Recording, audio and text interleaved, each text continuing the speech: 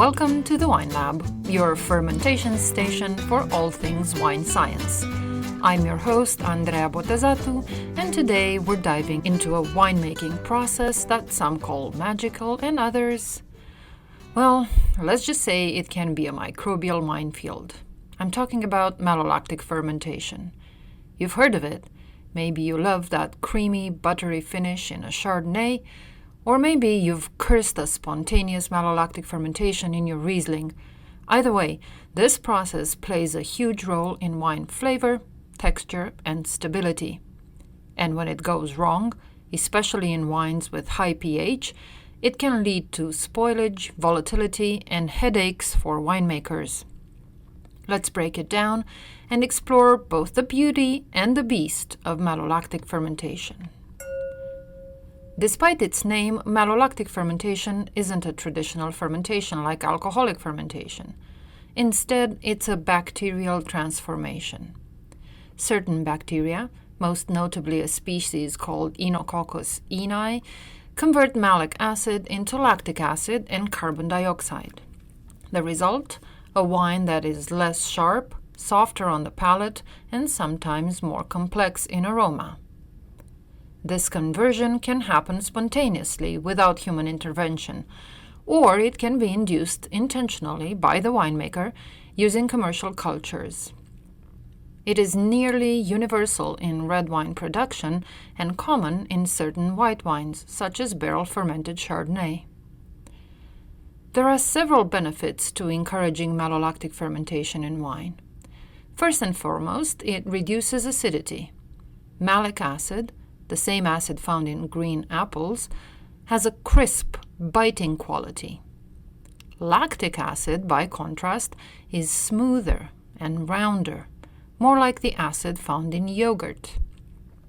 This shift can enhance mouthfeel and make the wine more palatable, especially in wines from cooler regions where natural acidity can be very high. Second, malolactic fermentation stabilizes wine microbially. Once the malic acid is gone, spoilage organisms that feed on it have nothing left to work with. This gives winemakers peace of mind, particularly when bottling unfiltered wines. And finally, it can add complexity.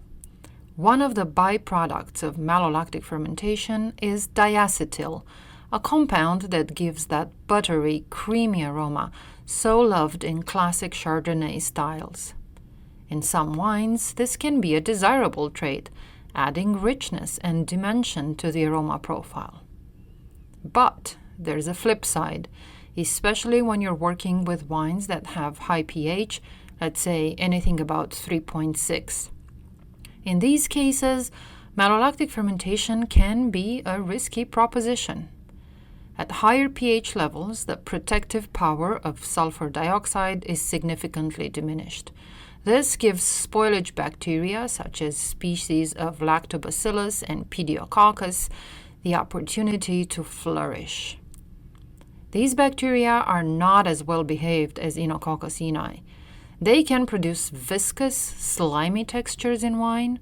They are also known to generate volatile acidity, particularly acetic acid, which smells like vinegar, and biogenic amines, such as histamine, which can trigger allergic-like reactions in sensitive individuals. Even more, they may contribute unpleasant aromas. Think sauerkraut, geranium, or the dreaded mousy taint, which smells like, well, mouse pee. In high pH wines, even inoculated malolactic fermentation can become sluggish or incomplete. That gives spoilage organisms a window to take hold and cause damage. Another risk is overproduction of diacetyl. While a touch of butter is welcome in some wines, too much can make your wine smell like a bag of popcorn, and not in a good way. So, what can a winemaker do to guide malolactic fermentation, or stop it entirely? If you do want malolactic fermentation to happen, the best strategy is to inoculate with a robust strain of Enococcus eni that is tolerant to higher pH. Some commercial strains have been selected specifically for their ability to function well at pH levels about 3.8. You can also consider co-inoculation.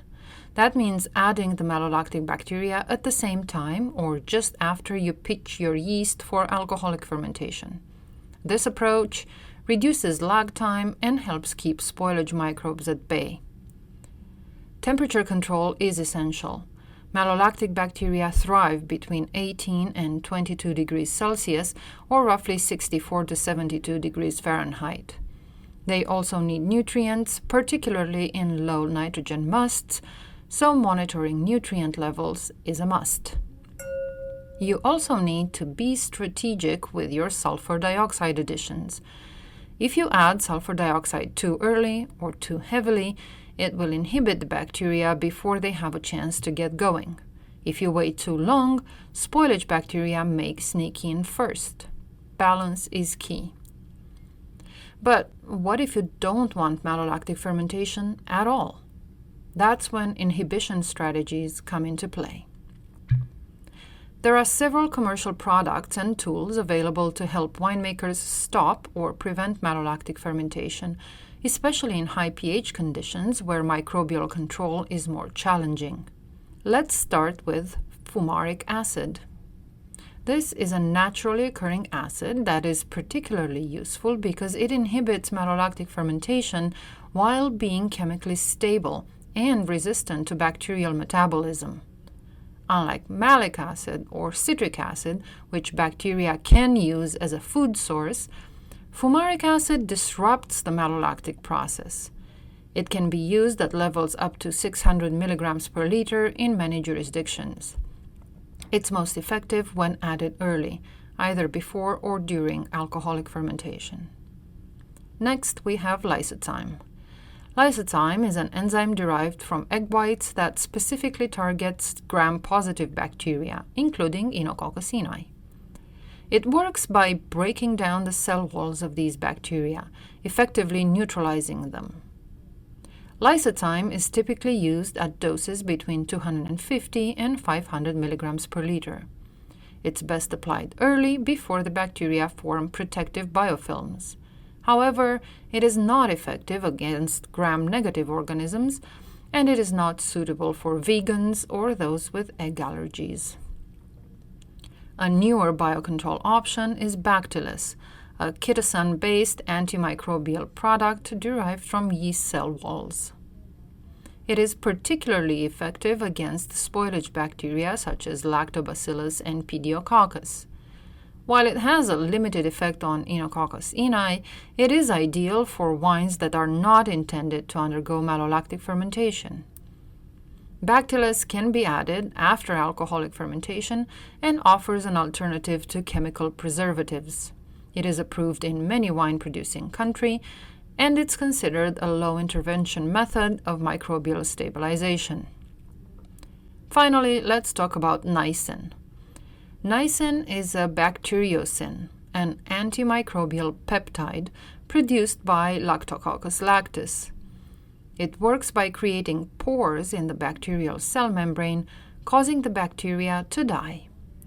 Niacin is effective against many gram-positive organisms, including malolactic bacteria.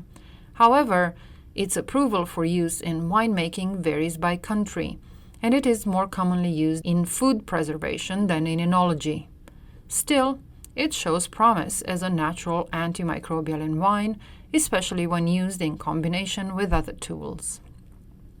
Each of these options has its strengths and limitations, and in high pH wines, no single tool is enough. That's why many winemakers take a multi-layered approach, combining acid adjustments with antimicrobial agents, good sanitation practices, and, when possible, sterile filtration before bottling. So, is malolactic fermentation magic or mayhem? The answer really depends on your wine and your goals. When managed with precision, malolactic fermentation can soften a wine's profile, bring stability, and add elegance. But if you ignore your wine's chemistry or rely on chance rather than control, it can turn into a serious spoilage risk, especially in high pH conditions.